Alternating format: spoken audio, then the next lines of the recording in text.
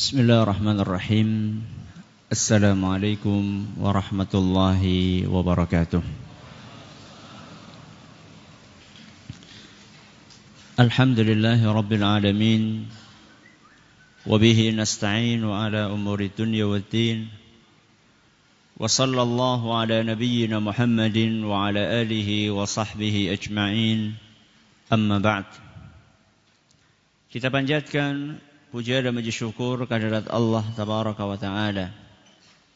Pada kesempatan malam yang berbahagia kali ini, kita kembali diberi kekuatan, kesehatan, hidayah serta taufik dari Allah Jalla wa Ala, sehingga kita bisa kembali menghadiri pengajian rutin tafsir kita ini di Masjid Agung Darussalam Purbalingga. Kita berharap semoga Allah Tabaraka wa Ta'ala berkenan untuk melimpahkan kepada kita semuanya ilmu yang bermanfaat, sehingga bisa kita amalkan sebagai bekal untuk menghadap kepada Allah Jalla wa Ala. Amin ya Rabbal Alamin. Salawat dan salam semoga senantiasa tercurahkan kepada junjungan kita Nabi besar Muhammad sallallahu alaihi wasallam, kepada para sahabatnya, keluarganya dan umatnya yang setia mengikuti tuntunannya hingga hari akhir nanti. Para hadirin dan hadirat sekalian yang kami hormati, dan juga segenap pendengar Radio Insani 88 FM di Purbalingga dan sekitarnya, para pendengar Radio Roja di Jakarta, di Bandung, di Lampung, dimanapun Anda berada, para pendengar Radio Bas FM di Solo Tigo dan sekitarnya, pendengar Radio Al-Hikmah di Banyuwangi dan sekitarnya, serta para pemirsa Yufi TV yang semoga senantiasa dirahmati oleh Allah Azza wa Jalla. Pada kesempatan yang berbahagia kali ini, kita akan mengakhiri pembahasan dari surat Al-Bayyinah ayat yang kelima. Setelah kita mengkaji ayat ini dalam beberapa pertemuan, yaitu firman Allah Subhanahu wa Ta'ala, "Wa ma umiru illa liya'budullaha mukhlishina lahud-dina hunafa'a wa yuqimus salata wa yu'tuz zakata wa dzalika dinul qayyimah." Yang belum kita bahas yang mana? Wa dzalika dinul qayyimah. Ini yang akan kita bahas pada kesempatan yang berbahagia kali ini. Sudah kita sampaikan pada pertemuan-pertemuan yang lalu bahwa ayat ini, yaitu ayat yang kelima dari surat Al-Bayyinah, adalah salah satu ayat yang sangat istimewa. Sebab ayat ini menjelaskan konsep ajaran agama Islam dari awal sampai akhir. Dimulai dengan pondasinya, yaitu tauhid. Kemudian bangunan yang ada di atasnya berupa ibadah, dan ibadah itu ada yang bersifat hablum minallah dan ada yang bersifat hablum minannas. Jadi setiap agama itu pasti ada pondasinya. Pondasi agama kita atau pondasi agama yang diturunkan oleh Allah adalah tauhid. Ada di dalam firman Allah, "Wa ma umiru illa liya'budullaha mukhlishina lahud-dina hunafa." Yaitu perintah untuk mengikhlaskan ibadah hanya untuk siapa? Allah Subhanahu wa Ta'ala. Istiqamah di atas tauhid, hunafa'a. Setelah itu kemudian Allah menjelaskan, setelah orang punya pondasi, dia harus membangun bangunan yang kokoh di atas pondasi tersebut. Dan bangunan itu secara garis besar ada dua. Ibadah yang kaitannya dengan hablum minallah, contohnya adalah wa yuqimus shalah, yaitu mendirikan salat. Dan bangunan separuhnya adalah yang sifatnya hablum minan nas, yang diwakili dalam ayat ini dengan firman Allah wa yu'tuz zakah, menunaikan zakat. Kemudian Allah Subhanahu wa taala tutup ayat ini dengan firman-Nya wa dzalika dinul qayyimah. Artinya dan itulah agama yang qayyimah. Dan itulah agama yang qayyimah. Qayyimah itu artinya apa? Qayyimah itu artinya lurus, atau dengan kata lain benar. Jadi di sini Allah Subhanahu wa taala menegaskan bahwa pola beragama yang benar adalah seperti apa yang disampaikan di dalam ayat ini. Jadi kalau kita pengen tahu pola beragama yang benar yang mana, ya lihat aja ayat ini.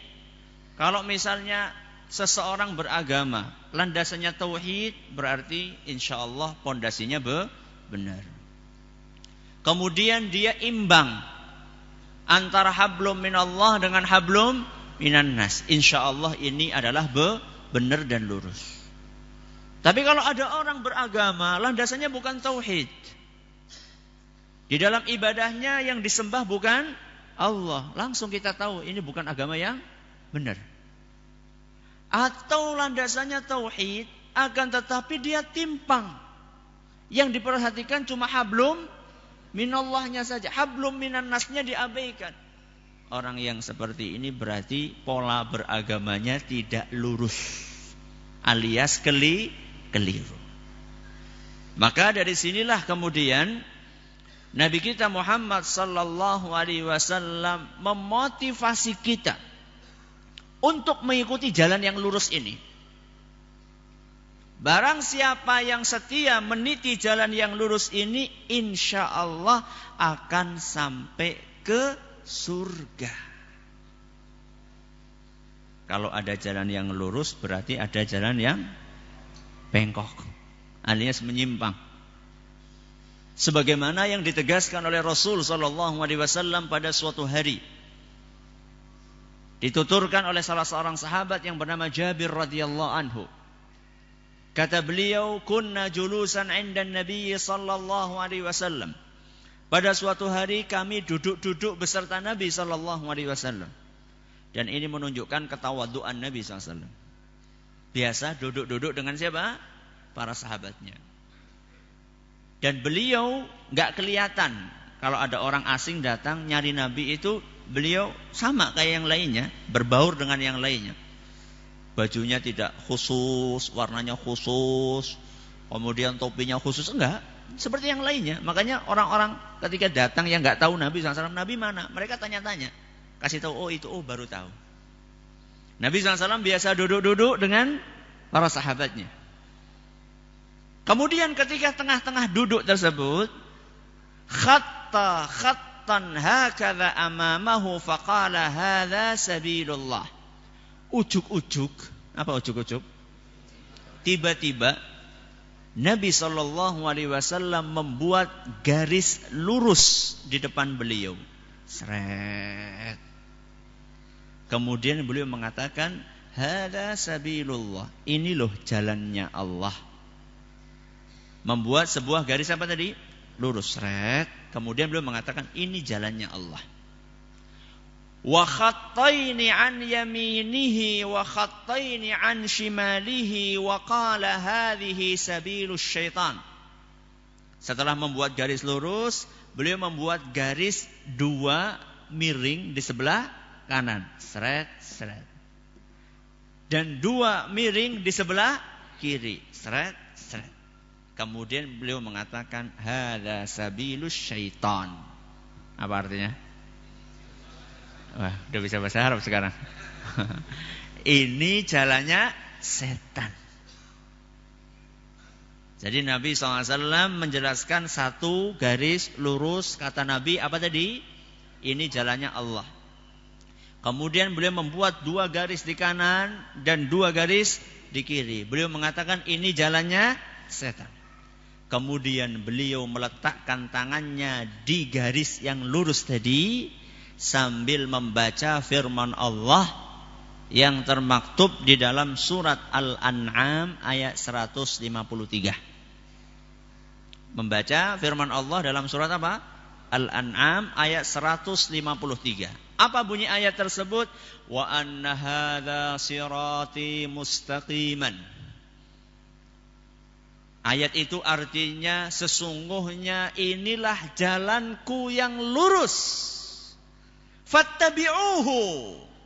Ikutilah jalan yang lurus tersebut. Wala tattabi'us subula fatafarraqa bikum an sabilih.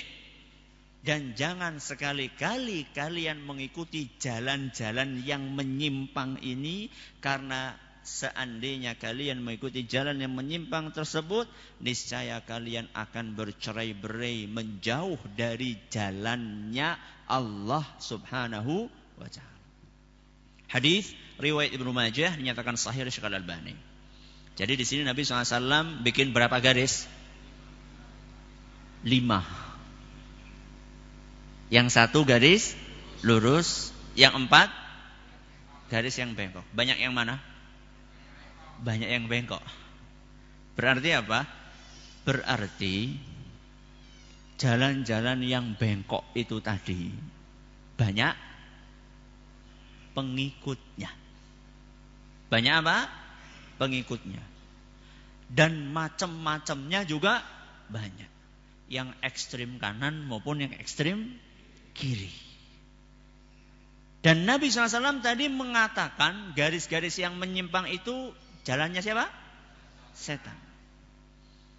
Nabi mengatakan ini jalannya setan. Nabi sudah jelas-jelas mengatakan itu jalannya setan. Kok masih banyak yang ikut ya? Kenapa kira-kira? Apa? Kenapa kira-kira? Kok sudah dikatakan sama Nabi ini jalannya setan, masih aja banyak orang yang ikut. Kalau nggak percaya, di negeri kita, setiap muncul aliran sesat pasti ada pengikutnya. Dan bukan hanya ada, malah banyak. Sing jenenge wong ngaku nabi nang Indonesia ku akeh banget. Setiap ada orang muncul ngaku nabi selalu ada pengikutnya, subhanallah. Nabi SAW, Rasul SAW, Nabi kita Muhammad SAW sudah mengingatkan tentang adanya jalan-jalan setan. Kenapa kok masih banyak orang yang mengikuti jalan tersebut? Kira-kira jawabannya gimana? Setan punya trik. Setan punya apa? Trik. Supaya orang tertarik dengan jalan dia. Apa triknya? Dia memoles jalan-jalan itu dengan polesan yang menarik. Setan ini masalah memoles ini ahli. Ahli memoles jalan kesesatan. Spesialisasinya setan.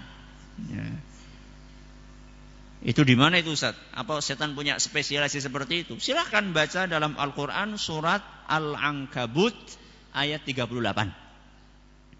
Surat Al-Ankabut ayat 38. Allah Subhanahu wa taala berfirman, "Wa zayyana lahumusy syaitanu a'malahum." Setan berusaha menghiasi perbuatan buruk manusia. Jadi sudah buruk dihias-hias supaya kelihatan bagus. Fasaddahum 'anis sabil. Dengan cara seperti ini setan berhasil menghalangi para manusia dari jalannya Allah Subhanahu wa taala. Ini dalil dari Al-Quran yang menunjukkan bahwasanya setan itu punya trik licik. membuat sesuatu yang jelek menjadi menarik. Ingat nggak kisahnya Nabi Adam? Kenapa beliau dikeluarin dari surga? Makan buah apa? Apa yang biasa disebut dengan buah khuldi.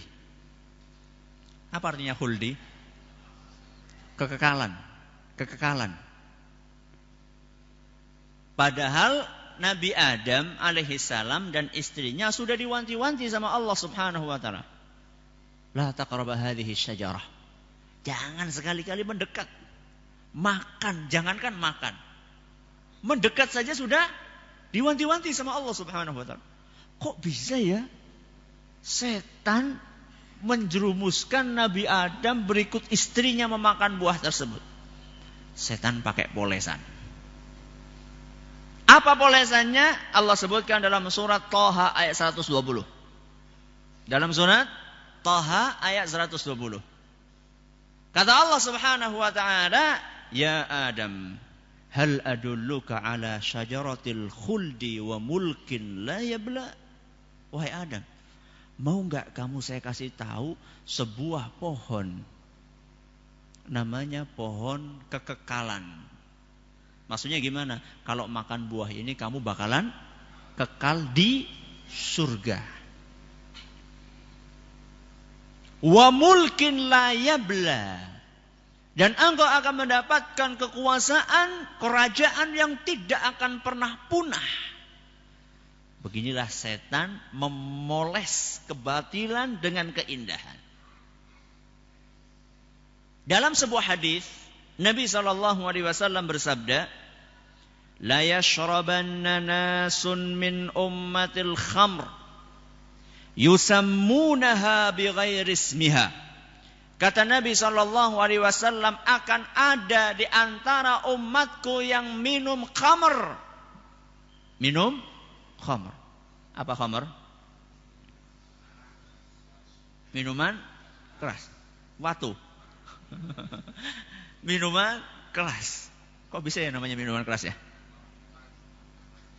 Bikin hatinya keras gitu ya. Atau bikin otaknya keras. Kayak batu mungkin gitu ya. Kata Nabi SAW, akan ada di antara umatku yang minum khamr. Akan tetapi mereka menamai khamr bukan dengan nama aslinya. Bikin nama yang menarik. Coba sekarang, pernah nggak jenengan beli atau lihat, bukan beli, jangan beli. Pernah nggak jenengan lihat ada minuman keras labelnya khamr? Kayaknya nggak ada. Adanya topi lurus. Cap orang muda gitu ya. Adanya kayak gitu. Atau bahkan dikasih label mungkin minuman suplemen ya, minuman penghangat tubuh ya. Kalau engkau minum minuman ini maka engkau akan melayang-layang, merasakan dunia seakan milik engkau semata ya. Promosinya seperti ini. Walaupun akhirnya ada yang mati ya. Oplosan itu banyak yang apa? Banyak yang akhirnya mati ya. Yang enggak punya itu bikin kopi dicampur spiritus. Ada yang nyampur autan ya. Aja dijajal loh. Nauzubillahi min dzalik. Itulah setan. Nah, kenapa kok banyak jalan-jalan yang menyimpang itu laris? Karena setan membungkus dengan bungkus yang indah. Dukun. Nah, apa? Dukun. Ketika popularitas dukun mulai turun, nah, karena umat banyak yang ngaji, sudah tahu tentang agama yang benar, hukum pergi ke dukun. Mereka berubah. Bajunya, penampilannya kayak ustadz atau kiai. Nah, ini tampilannya kayak kiai. Ditanya pondoknya di mana? Embuh orang dari pondok. Kiai. Ustadz loh, ustadz ngajar di mana? Enggak pernah ngajar. Menerima pasien di rumah. Nah, Orang banyak yang tertipu ketika dirubah apanya? Penampilannya. Atau ada sebagian orang melakukan pembunuhan karakter. Apa pembunuhan karakter? Fitnah. Fitnah terhadap para dai, para ustadz yang mengajak kepada kebaikan dibungkus dengan amar ma'ruf nahi mungkar. Masya Allah. Amar ma'ruf nahi mungkar. Padahal hakikatnya adalah fitnah atau pembunuhan karakter para dai kebaikan. Begitulah setan. Makanya kita jangan sampai tertipu dengan kamuflase istilah. Apa kamuflase? Pengelabuhan. Ya, pengelabuhan istilah. Inilah caranya setan. Triknya setan. Kok bisa sudah tahu Nabi SAW mengingatkan ini jalannya setan, kok masih banyak yang ikut? Dan tadi kita sampaikan, jalannya banyak, pengikutnya juga banyak. Sedangkan sabilullah, jalan Allah itu cuma satu. Pengikutnya sedikit. Sudah tahu itu jalannya Allah. Yang mengikuti kok sedikit. Kenapa? Karena setan juga punya trik. Kalau tadi trik untuk melariskan dagangannya. Sekarang trik untuk supaya jalan Allah ini tidak laris. Caranya bagaimana? Dia menggunakan cara yaitu melekatkan stigma negatif. Apa itu? Julukan-julukan yang jelek. Jadi barang baik dijelek-jelekkan sama mereka. Ini namanya perang opini. Perang apa? Opini. Jadi membangun opini yang jelek tentang sebuah kebaikan. Dan ini triknya setan. Silakan baca dalam Al-Quran surat Al-Baqarah ayat 267 sampai 268. Surat Al-Baqarah 267 sampai 268. Allah Subhanahu wa taala setelah memerintahkan umat manusia untuk berinfak, banyak-banyak infak, banyak-banyak sedekah, setan sebagaimana kata Allah disebutkan asyaitanu ya'idukumul faqra wa ya'murukum bil fahsya. Allah Subhanahu wa taala nyuruh infak, setan menakut-nakuti para manusia dengan fakir. Apa fakir? Kemiskinan. Bokere. Ya. Itulah infak. Ya, infak digambarkan dengan kemiskinan. Infak bagus enggak? Bagus. Setiap mau infak selalu lombok bocah sekolah urung rampung. Mbok omahe urung dadi. Mbok mobile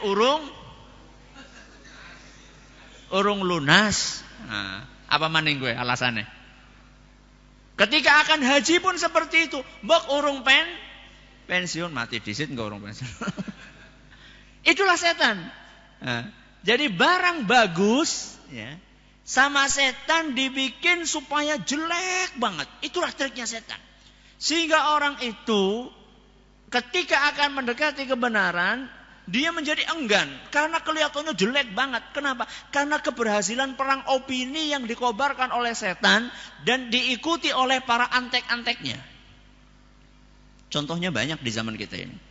Ada orang pengen konsisten mengamalkan sunnah Nabi SAW. Berusaha mengamalkan sunnah Nabi SAW. Apa omongan orang? Apa omongan orang? Saklek. Apa mending? Kaku. Apalagi? Kolot.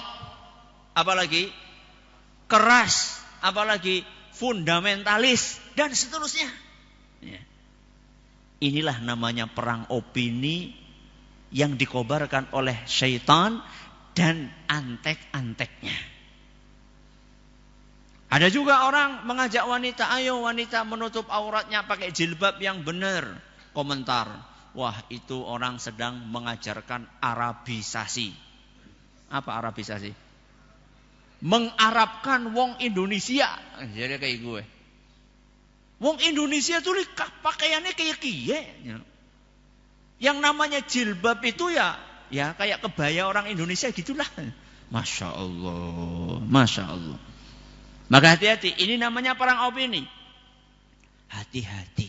Ya. Itulah trik dari setan supaya seseorang itu tidak mengikuti dinul qayyimah, tidak mengikuti agama yang lurus. Ya. Ketika kita melihat banyaknya penyimpangan-penyimpangan yang ada di masyarakat, banyaknya aliran-aliran yang ada di umat ini, kita sampai takut ya. Na'udzubillah min dzalik, jangan-jangan kita terjerumus ke dalamnya. Terus bagaimana Ustaz caranya supaya kita tidak terjerumus? Modal yang paling utama adalah belajar, cari ilmu agama. Ya. Kita berusaha untuk mendalami agama ini dengan konsisten, ya. Terus menerus. Ngaji gue aja setahun kurping pindotok. Ya. Ngaji setahun kurping pindotok. Kita berusaha untuk terus mengkaji ajaran agama Islam ini dengan benar. Setelah itu kemudian kita berdoa kepada Allah Subhanahu wa taala supaya diberikan apa? Hidayah, petunjuk kepada jalan yang benar. Kata Aisyah radhiyallahu anha, Rasul sallallahu alaihi wasallam kalau beliau bangun malam salat tahajud, beliau itu membaca doa iftitah. Doa iftitah itu isinya di dalamnya ada permintaan petunjuk, ditunjukkan ke jalan yang benar. Apa doa iftitah tersebut? Kata Aisyah radhiyallahu anha, kana idza qama minal laili iftataha salatahu. Bahwasanya Rasul SAW kalau salat malam beliau membaca doa iftitah, Allahumma rabba Jibraila wa Mikaila wa Israfil. Ya Allah, Rabbnya malaikat Jibril, malaikat Mikail, malaikat Israfil. Fatiras samawati wal ard alimal ghaibi wasyahadah. Ya Allah, Engkaulah yang menciptakan langit dan bumi, dan Engkaulah yang maha mengetahui segala sesuatu yang kelihatan maupun yang tersembunyi. Anta tahkumu baina ibadika fima kanu fihi yakhtalifun. Ya Allah, Engkaulah yang bisa mengadili perselisihan yang terjadi di antara para hambamu. Kemudian kata Nabi SAW, ihdini, berilah petunjuk kepadaku. Petunjuk apa? Ihdini limakhtulifa fihi minal haqqi biiznik. Dengan izinmu ya Allah, berilah petunjuk kepada kami supaya kami mengetahui jalan yang benar dari perselisihan yang terjadi di antara para manusia. Subhanallah. Rasul sallallahu alaihi wasallam minta petunjuk kepada jalan yang benar. Innaka tahdi man tasya'u ila siratim mustaqim. Sungguh Engkau ya Allah memberikan hidayah kepada siapa yang Engkau kehendaki ke jalan yang lurus. Hadis riwayat Muslim. Berarti tidak semua orang dapat hidayah. Hanya orang-orang yang dikehendaki oleh Allah yang mendapatkan hidayah. Kita enggak tahu apakah kita termasuk orang-orang pilihan yang mendapatkan keistimewaan dan karunia dari Allah, dikasih jalan yang benar, kita enggak tahu. Makanya kita terus minta sama Allah Subhanahu wa taala agar dikasih jalan yang lurus. Ada sebagian orang ngiranya ke jalan lurus banget, padahal bengkok. Makanya selain kita belajar mendalami agama, kita berdoa sama Allah Subhanahu wa taala. Jangan pernah kita merasa wong pintar kayak nyong, masa orang ngerti bener lah. Ya. Subhanallah. Enggak ada jaminan. Tidak selalu kecerdasan otak berbanding lurus dengan hidayah. Orang mesti. Ya. Kadang-kadang ada orang pintar banget malah keblinger. Pintar malah keblinger. Ada orang ya EQ-nya ya ranking 1 terus, Kang ngisor.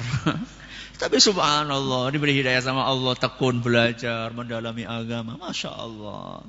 Ada orang pintar ranking 1 terus tapi ora tahu salat. Ya. Hidayah. Ya. Bicara masalah hidayah. Beberapa pekan yang lalu saya kedatangan tamu. Ada seorang yang saya nggak kenal siapa ini orang. Dia memperkenalkan dirinya, dia seorang pensiunan dari salah satu kantor kementerian di Jakarta. Dia datang dari Jakarta Kemudian saya tanya, loh Bapak ini punya saudara apa di Purbalingga atau sekitarnya? Enggak punya. Terus ngapain datang ke sini? Ya pengen ketemu sama Ustadz katanya. Loh kenapa pengen ketemu? Saya selama ini berguru dari Ustadz. Duh kapan? Ya saya biasa dengerin pengajiannya Ustadz. Ya. Ceritanya gimana? Ceritanya kata beliau, saya ini biasa berselancar di dunia maya. Apa itu berselancar di dunia maya? Sering ngenet, sering apa? Internet. Ketika lagi buka-buka web di internet itu saya ketemu dengan sebuah website, ya, sebuah situs yang isinya pengajian tok. Nah, kajian.net. Nah, dari judulnya itu udah ketahuan, kajian.net. Ya. Pengajian itu ada belasan ribu pengajian. Akhirnya saya buka satu-satu itu pengajian, subhanallah. Di situ ada sekitar 200-an ustadz. Buka satu-satu. Dengerin satu-satu. Sampai ketemu namanya ustadz kata dia. Saya dengerin, kok kayaknya cocok ya. Kemudian setelah cocok dia download hampir seluruh kajian. Kemudian setelah orang download, banyak orang kalau download tuh banyak itu orang download tapi orang tahu dironggakan, ngerekam tapi orang tahu dironggakan. Enggak, dia download itu semuanya pengajiannya, kemudian didengarkan satu persatu.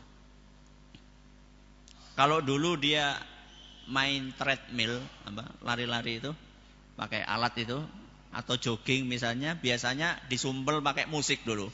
Nah, sekarang isinya apa? Kajian. Ya orang manggut-manggut ya, masa dengar kajian manggut-manggut. Maksudnya manggut-manggut, oh paham baik ya.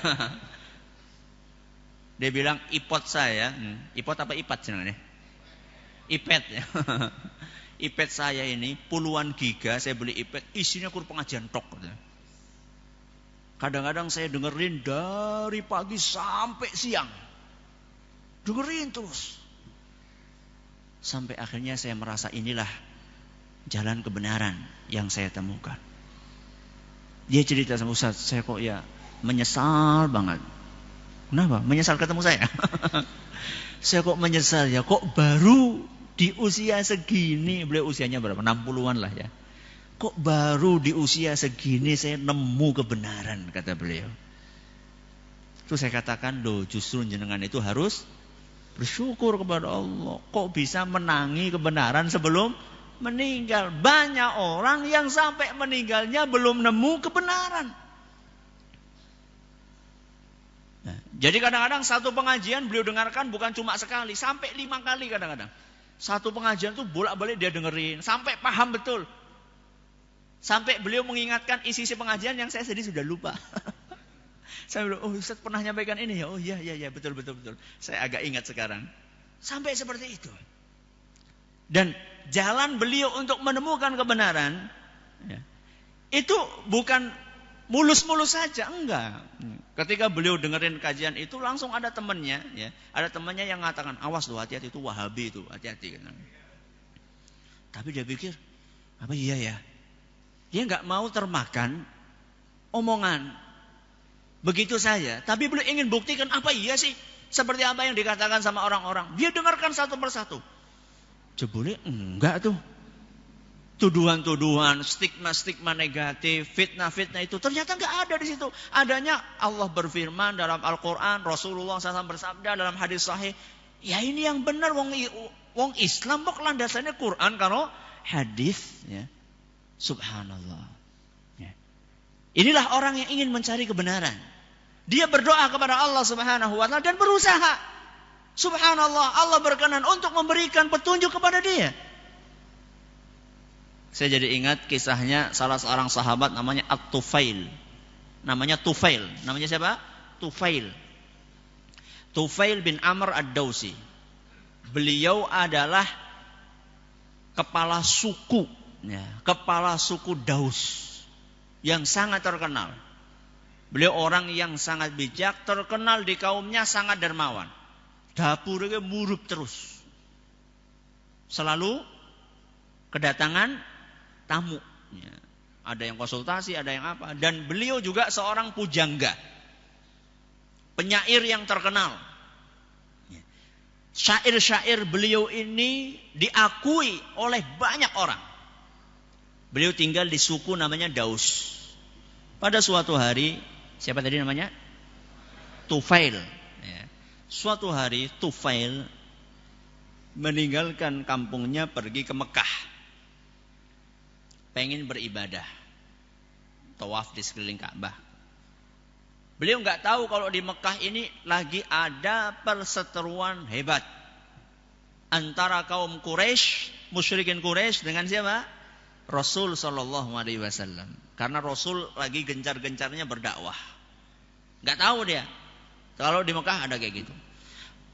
Maka begitu sampai ke Mekah, langsung orang-orang Quraisy menyambut Tufail. Mereka sudah dengar namanya Tufail. Ini adalah seorang pujangga besar, seorang kepala suku, seorang bangsawan. Langsung disambut oleh musyrikin Quraisy, dikasih rumah yang bagus, dikasih jamuan yang enak. Setelah itu mewanti-wanti, hati-hati sama seorang namanya siapa? Muhammad. Omongannya ini kayak sihir. Jadi kalau orang dengar omongannya itu dia tersihir.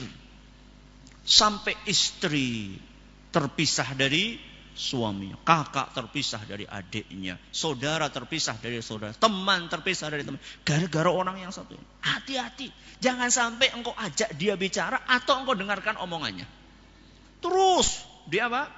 Dibentuk opini yang sesat tentang Nabi kita Muhammad SAW. Akhirnya Tufail juga maras juga, takut juga Tufail. Wah ini jangan-jangan ini tukang sihir benar nih. Akhirnya setiap dia akan keliling Ka'bah ngambil kapas. Tutup apa kapasnya? Mbok-mbok ada kalimat yang masuk ke telinga. Sebagian orang gitu kan. Aja di ruangan. Aja. Tutup betul itu. Kalau lewat pengajian tutupi kayak gini. Betul dia. Subhanallah. Allah berkehendak beda. Allah berkehendak lain. Ketika dia sedang tawaf, si Tufail ini melihat Nabi SAW. Melihat apa? Nabi SAW lagi sholat. Kok sholatnya beda ya? Kok sholatnya beda? Kemudian setelah itu dia mendekat. Nabi lagi baca Al-Quran. Masuk sedikit ke telinganya. Dia udah, aduh gebrek ya. Masuk ke telinganya, kemudian dia merasa ini kok bagus banget ya yang dibaca oleh Muhammad ini. Akhirnya semakin mendekat, didengerin semuanya. Kemudian dia ngomong di dalam hatinya, saya ini pujangga. Saya ini seorang penyair. Masa sih saya takut dengan omongan orang lain? Kan saya bisa menilai. Ini yang saya katakan. Ya, jangan termakan provokasi. Ya. Buktikan, dengarkan. Gitu. Tufail ini gak mau deh. Oh iya ya, saya kok bodoh banget ya. Dicekoki sama orang-orang yang saya nggak kenal kok saya mau ya. Akhirnya dia buka kapasnya itu. Nabi pulang dibuntuti oleh siapa? Oleh Tufail ini. Sampai ke rumahnya kemudian cerita kepada Rasul SAW. Saya ini dicekoki kayak gini. Wahai Rasul gimana ini? Bukan Rasul saya tuh. Wahai Muhammad gimana ini? Kemudian Nabi kita Muhammad SAW membacakan surat Al-Falaq, membacakan surat Al-Ikhlas, sampai akhirnya Tufail ini masuk ke dalam agama Islam. Kemudian beliau bilang sama Nabi, wahai Nabi, nah ini sudah Nabi sekarang, karena dia sudah beriman. Wahai Nabi, saya ini adalah pemimpin suku. Saya pulang pengen mendakwahi suku saya. Tolong beri saya tanda, apalah kira-kira supaya orang ini percaya sama saya. Oh ya, sudah. Pulang. Ketika pulang itu matanya bercahaya. Matanya buruk. Dia pikir, ya Allah, nanti kalau mata saya yang nyala nanti orang bilang saya kena sihir katanya. Akhirnya dia bilang, ya Allah, tolong dong tanda ini dipindahkan kemana gitu. Akhirnya dipindahkan oleh Allah ke tongkatnya. Jadi tongkatnya yang apa? Yang nyala. Dia pulang ke sukunya. Suku apa tadi? Daus. Suku Daus ya. Dia pulang ke sukunya. Kemudian pertama kali yang dia ajak adalah orang tuanya yang sudah lanjut usia. Alhamdulillah mau ikut. Kemudian dia panggil kaumnya, gak ada yang mau ikut kecuali satu. Beliau adalah Abu Hurairah radhiyallahu anhu. Abu Hurairah ini didakwahi sama siapa? Sama Tufail. Tapi lebih terkenal siapa? Abu Hurairah. Saya yakin banyak di antara jamaah sekalian yang belum dengar nama siapa? Tufail. Kalau Abu Hurairah sering. Ya. Abu Hurairah ini didakwahi sama Tufail masuk Islam. Setelah berjalan lama, kaumnya enggak menerima, subhanallah. Padahal ini adalah pemimpin suku. Sudah dikasih tanda sama Allah subhanahu wa ta'ala. Akan tetapi tetap kaumnya tidak mau. Akhirnya setelah berdakwah sekian lama, mereka pergi lagi ke Mekah, mengadu kepada Nabi SAW. Nabi bertanya, gimana kabar kaummu? Udah banyak yang ikut? Belum, wahai Nabi, mereka banyak yang menolak. Gimana mereka, wahai Rasul? Ya, sebentar, saya doakan. Nabi mengangkat tangannya, berdoa kepada Allah. Si Tufail sama Abu Hurairah ini takut nih, jangan-jangan didoain apa? Didoain supaya disiksa sama Allah subhanahu wa ta'ala. Ternyata enggak. Nabi SAW berdoa, ya Allah, Allahumma hdi dausan wa'ti bihim. Allahumma hdi dausan wa'ti bihim. Ya Allah, berilah hidayah kepada kaum Daus. Dan jadikanlah mereka datang ke sini. Allahu Akbar. Begitu pulang langsung dakwah. Masuk semuanya ke dalam agama Islam. Dari apa? Dari berkahnya orang mencari hidayah dan mau belajar. Makanya kalau misalnya kita takut terjerumus kepada kesesatan, kita harus belajar. Kita harus mengkaji agama ini, juga berdoa kepada Allah subhanahu wa ta'ala. Wa dzalika dinul qayyimah. Itulah jalan yang lurus. Semoga kita dikaruniai oleh Allah subhanahu wa ta'ala keistiqomahan, senantiasa berada di jalan yang lurus. Allahumma amin. Bisa ada waktu? 5 menit. Silakan, kalau ada yang mau bertanya silakan.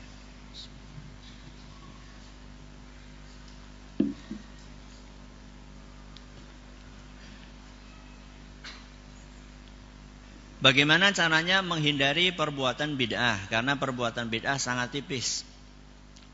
Kuncinya seperti yang saya katakan tadi, adalah belajar.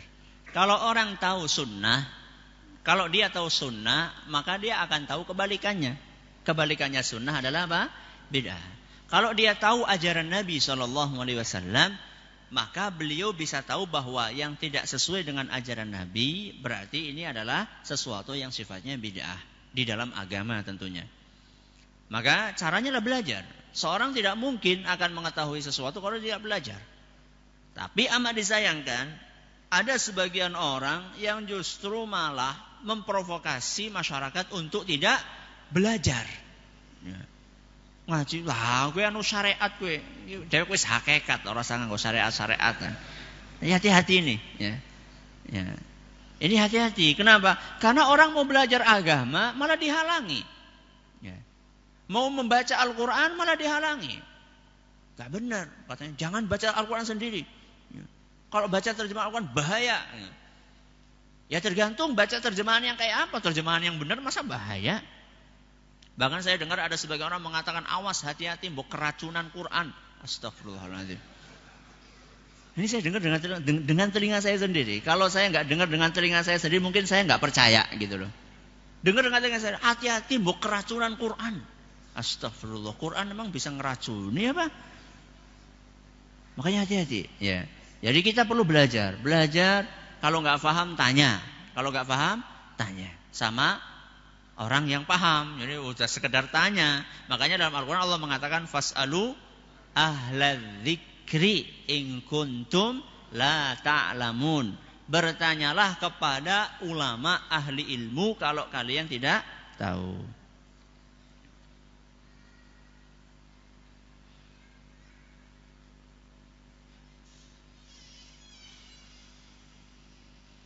Syirik ada tingkatan-tingkatan. Tolong dijelaskan syirik yang tidak diampuni oleh Allah. Syirik apa? Syirik ada dua. Ada syirik besar, ada syirik kecil. Yang tidak diampuni dalam arti pelakunya itu akan kekal di neraka adalah syirik besar. Ya. Kalau syirik kecil ada kemungkinan diampuni menurut sebagian ulama. Menurut sebagian ulama yang lain, syirik kecil pun tidak akan diampuni, tapi maksudnya orang tersebut tetap akan disiksa. Tetap akan disiksa, cuman tidak akan kekal di mana? Di neraka. Ada syirik akbar sama syirik asghar. Terima kasih atas perhatiannya. Kita asghar, kecil. Nah, asghar itu artinya apa? Kecil. Yang besar artinya yang besar apa? Akbar. Kita lanjutkan insyaallah pada Isya. Terima kasih atas perhatiannya. Mohon maaf segala kurangnya. Kita tutup dengan baca subhanakallahumma wa bihamdika asyhadu an la ilaha illa anta astaghfiruka wa atubu ilaik. Assalamualaikum warahmatullahi wabarakatuh. Bismillahirrahmanirrahim. Alhamdulillahirabbil alamin wassalatu wassalamu ala nabiyyina Muhammadin wa ala alihi wa sahbihi ajma'in. Kita akan bacakan beberapa pertanyaan yang sudah masuk. Assalamualaikum Ustaz, saya mau bertanya terkait kurban kemarin. Saya lagi ada permasalahan. Saya ikut kurban sapi yang terdiri dari 7 orang. Sedangkan saya sendiri mengikuti penetapan hari raya Idul Adha, ikut hari Ahad yang ditentukan oleh pemerintah. Tapi dari 6 orang lain tersebut hari rayanya hari Sabtu. Yang saya tanyakan, sapi kurban itu disembelih pada hari Sabtu. Sedangkan saya sholat Idul Adha pada hari Ahad. Intinya kurban dulu baru sholat Id. Bagaimana hukumnya? Kita sudah jelaskan pada pertemuan yang telah lalu bahwa perbedaan penentuan hari raya Idul Adha pada tahun ini, seandainya perbedaan itu dibangun di atas konsep yang hari Ahad mengikuti ru'yahnya penduduk negeri kita, sedangkan yang hari Sabtu mengikuti ru'yahnya penduduk Mekah. Seandainya ini landasannya, ini adalah masalah khilafiyah. Masalah khilafiyah ijtihadiyah yang masing-masing punya dalil dan harus saling toleransi dalam masalah ini. Kalau saya secara pribadi seperti yang saya sampaikan kemarin, untuk menghindari perselisihan, maka kita mengikuti apa yang sudah ditentukan oleh pemerintah. Sebagaimana yang disebutkan dalam sebuah kaidah, hukmul hakimi yarfa'ul khilaf. Keputusan pemerintah seharusnya menyelesaikan perselisihan pendapat. Nah, kalau pemerintah sudah menentukan A, ya seharusnya ikut itu. Nah, sekarang kasusnya seperti tadi yang disebutkan, dan bahkan mungkin bukan cuma 1 orang yang kasusnya seperti ini. Saya yakin masih ada yang lainnya. Sebenarnya kalau kita mau kembali kepada konsep yang saya katakan tadi, perlunya toleransi dalam permasalahan khilafiyah, ijtihadiyah yang masing-masing punya dalil, itu seharusnya 7 orang ini memilih hari yang disepakati oleh semuanya. Hari yang disepakati oleh semuanya. Maksudnya gimana Ustaz? Waktu menyembelih itu kan bukan cuma tanggal 10. Waktu menyembelih itu tanggal 10, 11, 12, 13. Jadi kan waktunya apa? Panjang, ya, tidak sempit waktunya. Kalau misalnya disembelih pada tanggal 10-nya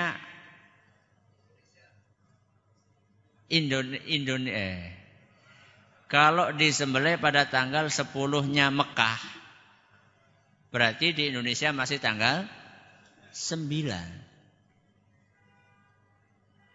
Berarti ini bukan hari yang disepakati. Maksudnya paham gak nih? Bukan hari yang disepakati. Maksudnya menurut yang beridul adha pada hari Sabtu, dan menurut yang beridul adha hari Ahad, ini belum waktunya nyembelih. Berarti kan hari yang masih diperselisihkan. Kenapa tidak disembelih pada tanggal 11 jenengan 10 nyong? Paham nggak? Berarti hari apa? Ahad. 11 ini jenengan, 10 inyong. Panjenengan mau anggap itu hari 11, saya mau anggap itu hari 10, tanggal 10, sama-sama sah, boleh. Karena ini masih waktu hari tasyrik menurut panjenengan, hari Idul Adha menurut saya. Ini loh yang saya katakan, mbok yao ya.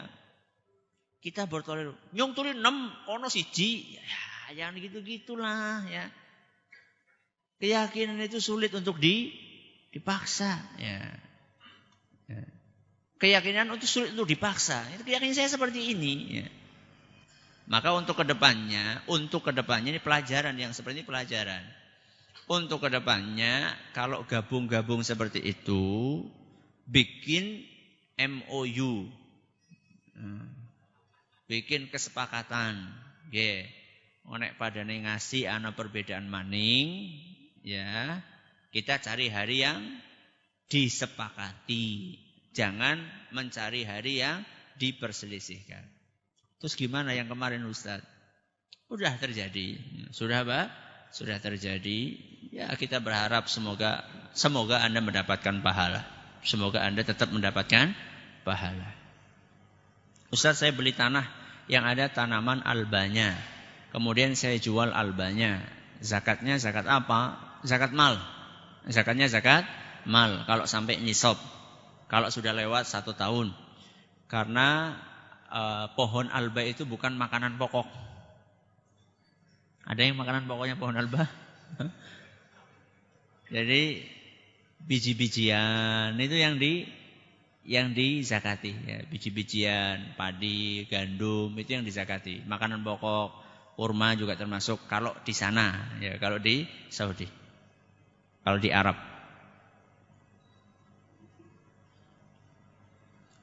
Mana yang lebih utama Ustaz antara akikah dengan kurban, sedangkan saya belum akikah tapi sudah kurban, bagaimana hukumnya? Insyaallah sah kurban Anda. Insyaallah sah kurban Anda walaupun Anda belum akikah, tapi kalau sudah mampu ya segera saja berakikah. Karena baik kurban maupun akikah menurut mayoritas ulama hukumnya sama-sama sunnah muakkadah. Baik kurban maupun akikah menurut mayoritas ulama hukumnya sama-sama sunnah muakkadah. Berarti sama-sama apa? Sunnah. Ya. Makanya kalau sudah disembelih kurbannya ya tidak apa-apa, insyaallah tidak apa-apa. Sah insyaallah. Akan tetapi kalau memang sudah mampu maka segera akikah. Mana yang harus didahulukan antara saya dan anak saya dalam hal akikah?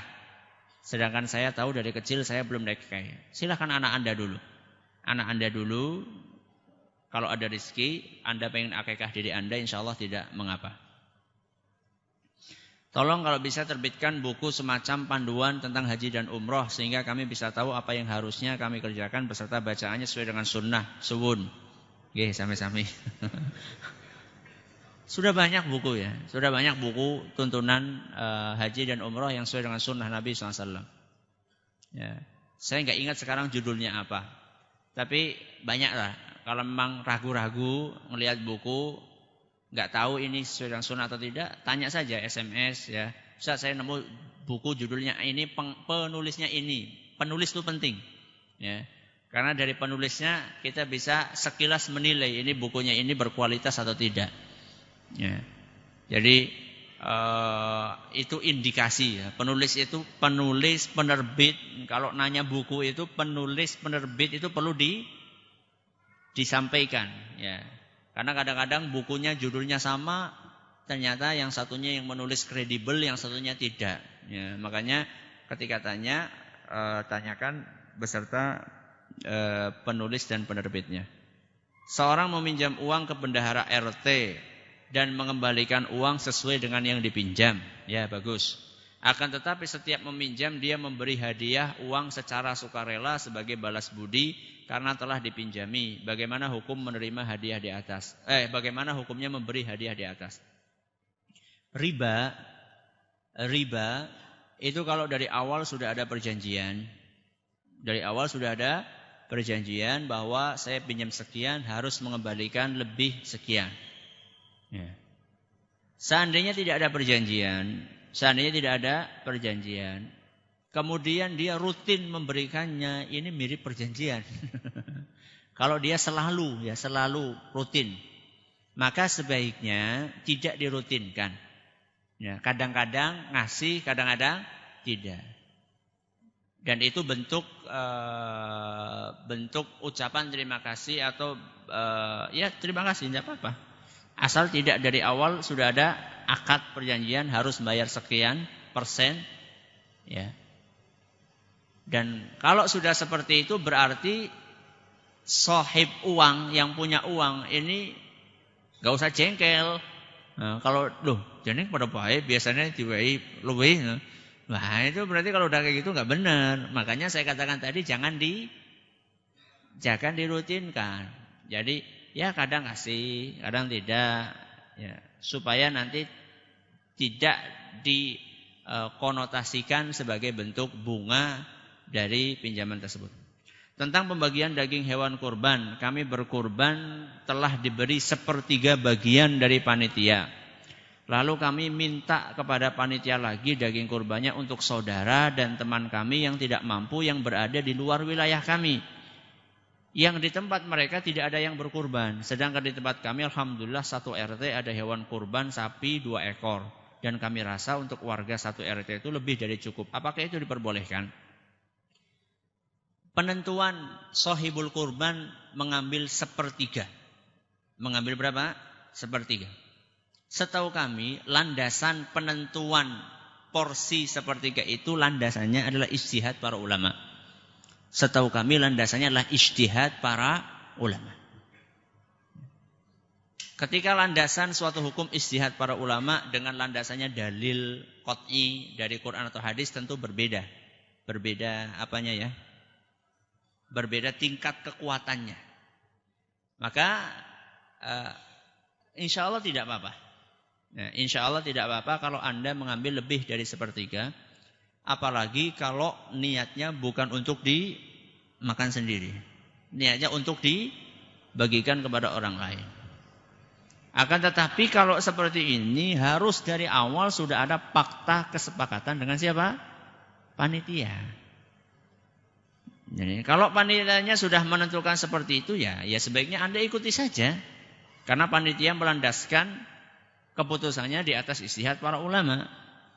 Maka dari sinilah pentingnya ya dari awal nih saya nitipkan hewan kurban. Saya minta sekian. Ya. Kalau misalnya masih masuk akal, ya tidak apa-apa kasih saja. Saya minta 3/4 loh, ya kebangetan lah. Masa 3/4 loh. Ya minta lebih-lebih dikit lah untuk di orang lain tidak apa-apa. Tapi kalau 3/4 sama 1/3 kan aduh banget lah. Ya mendingan nyembelih dewek bae kan. Jadi ya jangan terlalu berlebihan. 1/3 itu cukupan lah. Kalau memang tambah dikit gitu untuk dibagikan orang lain insya Allah tidak apa-apa. Tapi harus dari awal perjanjiannya dengan panitia.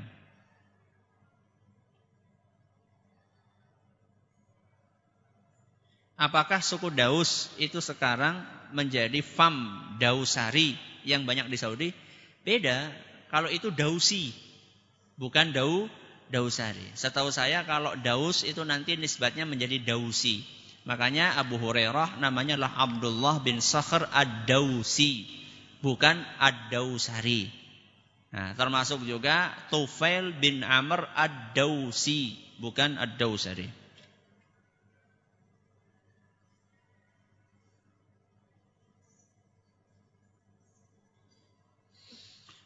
Sudah saya jawab tadi. Wallahu ta'ala a'lam.